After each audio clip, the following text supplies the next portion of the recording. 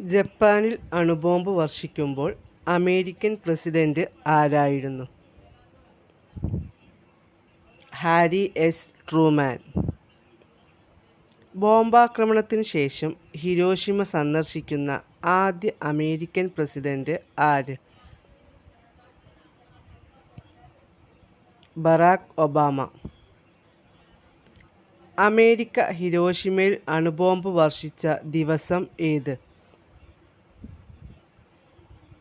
1945 August 6. America ഹിരോഷിമയിൽ അണുബോംബ് പ്രയോഗിച്ച സമയം ഏത്? രാവിലെ 8:15. അമേരിക്ക നാഗസാക്കിയിൽ അണുബോംബ് വർഷിച്ച ദിവസം ഏത്? 1945 ഓഗസ്റ്റ്